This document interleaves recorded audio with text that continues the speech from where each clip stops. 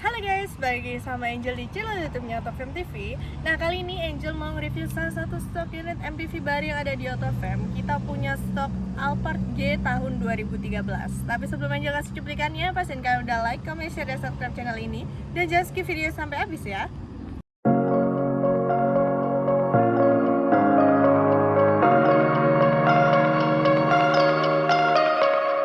I like your taste in tunes and everything you ooze. The tempo of your beat, you bleed a melody. No one can control that old time rock and roll. No rule of gravity.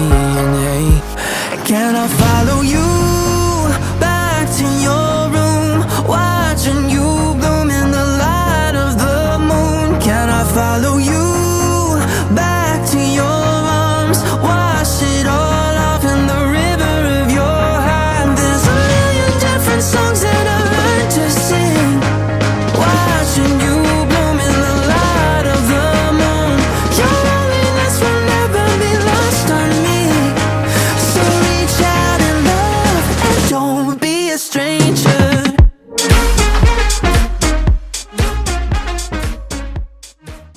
Oke, ini dia ya mobilnya, mobil Toyota Alphard G ATPM tahun 2013. Karena ini tahun 2013, jadi modelnya masih lama ya. Kalau Transformer dia dimulai dari tahun 2015. Untuk kuncinya udah keyless, udah start stop engine juga.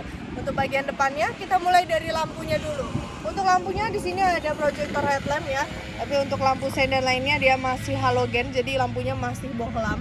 Di bagian bawah juga dilengkapi sama lampu fog lamp dan di pinggirannya ada aksen listrum ya. Cuman kalau misalnya Alphard yang model Transformer dia aksen listrumnya lebih banyak dan grillnya pun lebih besar. Kalau di 2013 ini grillnya masih kecil tapi dia pakai aksen listrum juga di bagian tengahnya.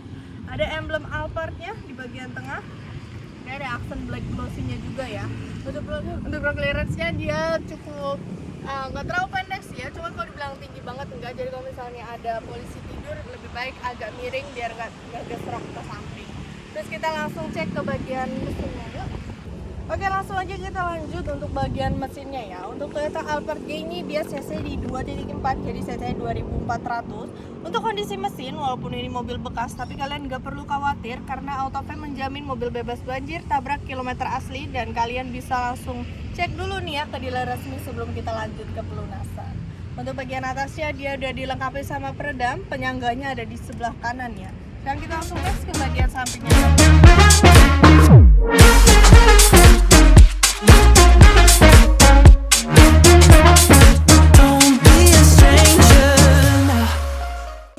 Oke, lanjut ke bagian sampingnya ya. Kalau dari bagian samping udah bisa dilihat kalau misalnya Alphard ini tuh dia panjang dan cukup besar. Jadi kabin dalamnya juga pasti akan lebih besar ya.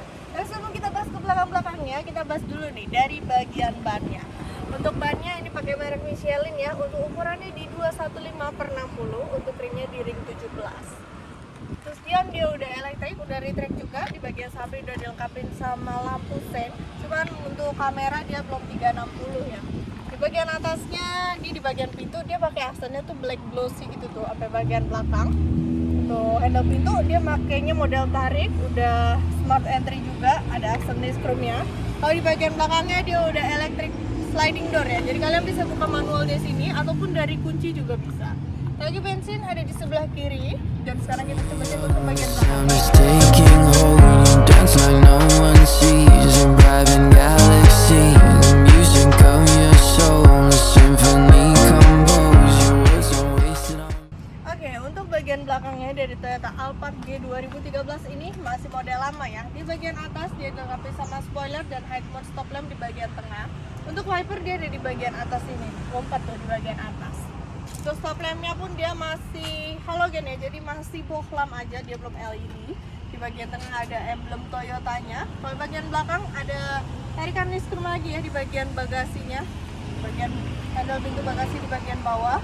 Di bagian kiri ada emblem Alphard. Untuk bagian kanannya ada tipenya tipe G ya. Ada 4 titik sensor belakang, ada lampu reflektor. Terus untuk kamera mundurnya ada di bagian bawah sini. Kalian bisa ngeliat. Kita coba untuk buka bagasinya ya. Untuk bagasinya dia belum elektrik. Ini untuk space Bagasinya sebenarnya cuma segini, cuman kalau misalnya kalian nggak kepake nih kursi belakangnya bisa dilipat aja, jadi kalian punya space yang lebih luas. Untuk tutup pintu bagasinya dia manual ya, jadi belum ada power back door-nya, tapi untuk bagasinya dia udah vakum nih, jadi kalian nggak perlu dibanting pintunya, tinggal tutup aja, ntar dia otomatis kayak gitu. Sekarang kita langsung masuk. Can I follow you back to your room, watching you bloom in the light of the moon? Can I follow you? Oke, kita lanjut untuk bagian interiornya ya. Untuk interiornya dia warnanya beige, dan untuk bagian kursinya dulu kita mulai dari bagian kursi. Untuk kursinya dia udah pilot seat nih ya di bagian bawah, terus udah pengaturannya udah elektrik semua. Bagian kanan driver maupun bagian penumpang kiri depan dia udah elektrik, tapi kalau di bagian depannya itu dia ada pilot seatnya di bagian bawah ya. Nanti di kursi belakang tengahnya pun ada. Untuk pengaturannya ada di bagian bawah sini. Untuk memory seatnya dia ada di bagian door trim sini, dan door trim ini ada perpaduan ya antara warna hitam sama warna beige gitu, warna krem ya. Terus handle pintu dalam dia pakai aksen disc chrome. Di sini ada aksen wooden panel nih. Pengaturan kaca, 4 kaca ini udah auto semua. Ada window moonroof lock-nya, ada central lock, ada pengaturan untuk spionnya. Spionnya udah elektrik, udah retract juga. Di bagian bawah ada cup holder, ada door pocket, ada speakernya juga. Kalau di bagian kanan ini ada kisi AC, terus ada pengaturan untuk brightness dari sini ya. Ada pengaturan brightness, ada pengaturan untuk auto trip. Tombol start stop engine juga ada di sebelah kanan karena kuncinya udah keyless, dia udah start stop engine juga.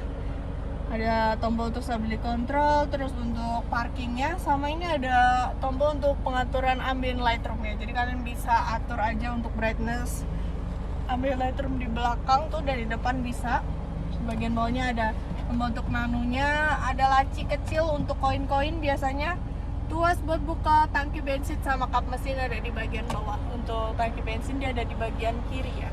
Nah, next ke bagian setirnya. Oke, untuk setirnya dia udah dilapisin kulit ya di bagian sampingnya. Tapi kalau di bagian atas sama bawahnya dia ada aksen wooden panel yang glossy ya, tuh kalian bisa ngeliat nih. Cuman karena ini glossy jadi nggak terlalu kelihatan ya untuk corak ininya, woodennya. Di bagian kiri ini untuk pengaturan display dari sini nih, MID-nya ya. Jadi kalian bisa ngeliat nih.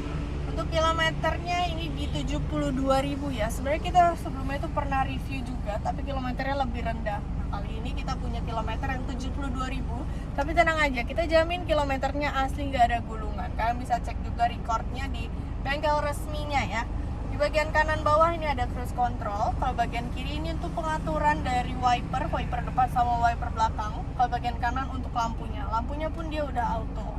Untuk pengaturan setirnya ada di bagian bawah, dan ini udah tilt dan teleskopik ya. Kita next ke bagian head unit tengahnya. Untuk head unit tengahnya dia udah touchscreen nih. Untuk pengaturannya dia touchscreen, tapi untuk layarnya emang dia masih kecil ya, jadi emang nggak terlalu besar. Terus ini kalau kalian mau pakai Bluetooth udah bisa juga nih ya, atau kalau mau pakai AUX atau USB ini juga udah support. Di bagian bawah ini untuk pengaturan AC-nya, dan untuk AC-nya ini dia pengaturannya udah dual zone. Untuk front AC, rear AC kalian bisa atur semua, dan di sini juga ada tombol untuk lampu hazard. Persneling ada di bagian tengah. Untuk transmisinya automatic ya. Di sini ada lacinya lagi. Terus di bagian tengahnya ini ada 2 cup holder. Kalau model lama gini dia belum nyambung ya armrest tengahnya. Ini tinggal di slide aja. Nah, itu dia ada console box di bagian tengah bawah. Nutupnya sama ya, dipencet dulu tuh.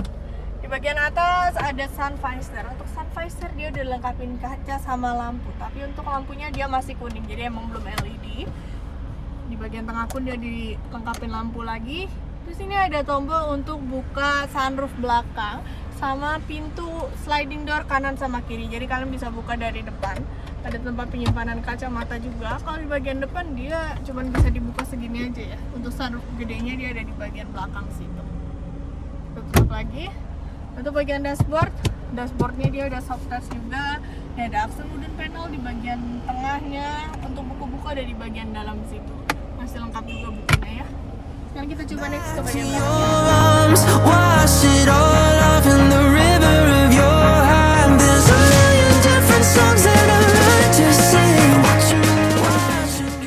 Oke, Angel udah duduk di bagian belakangnya ya. Dan untuk kabin belakangnya ini emang Alphard itu top banget. Jadi dia emang luas banget ya dalamnya.